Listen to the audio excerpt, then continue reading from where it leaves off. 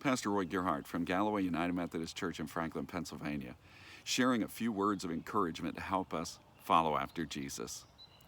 Ever been going to do something and you weren't sure what you were going to do until you got there?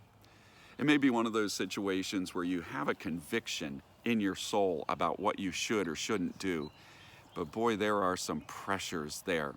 Temptation, because this may somehow be rewarding if you do it. Or if I do this, I can make somebody happy, even if it makes God unhappy. Well, that kind of pressure can really put us in a bind. I think that just may be what's going on in Balaam when we encounter him in Numbers chapter 22. King Balak of Moab has sent emissaries to hire him to come out and curse the people of Israel. And God told him, you cannot curse them because I am blessing them.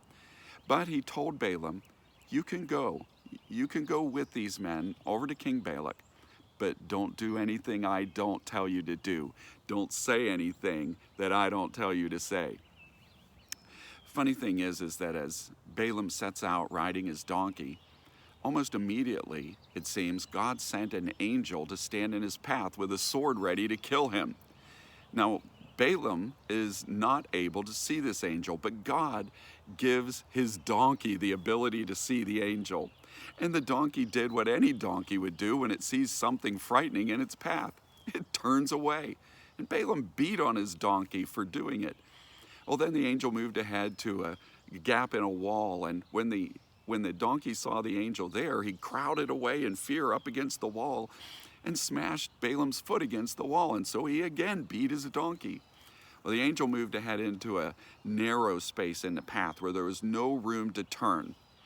And when the donkey saw the angel there, it did the only thing that he could do. He just lay down there in the path. And again, Balaam beat his donkey.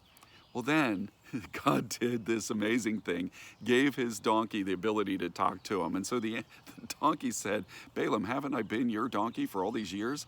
Have I ever done this before? Aren't you curious why I'm acting the way I am? And why are you just beating me?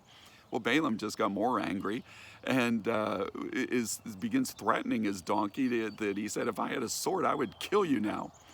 Well, then all at once, Balaam is able to see the angel, and he realizes that he was in danger. And the angel told him, if your donkey hadn't turned aside, I would have killed you already. And now Balaam is afraid. He is humbled right down to the ground. And he knows now with great clarity that he must do what the Lord says, that there's no pleasing Balak instead of God. He has to go there and do what is pleasing to God.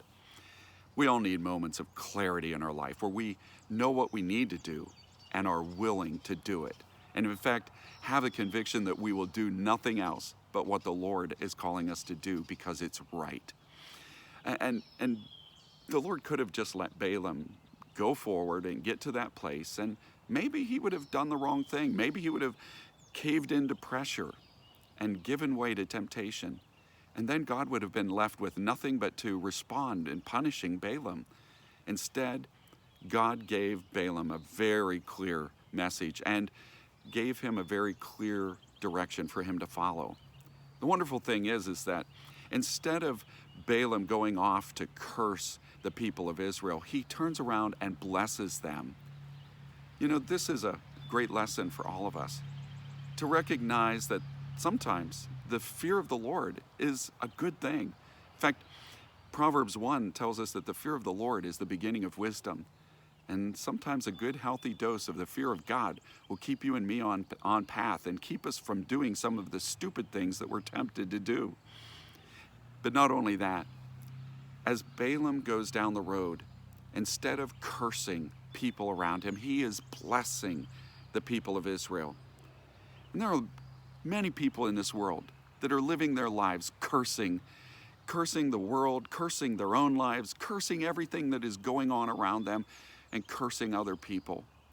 Literally, casting about curses.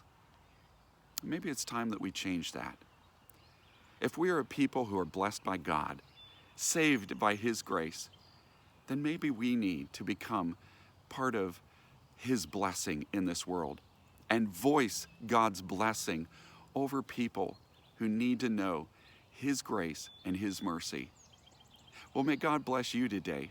And as you share this good news, may God make you a blessing wherever He takes you.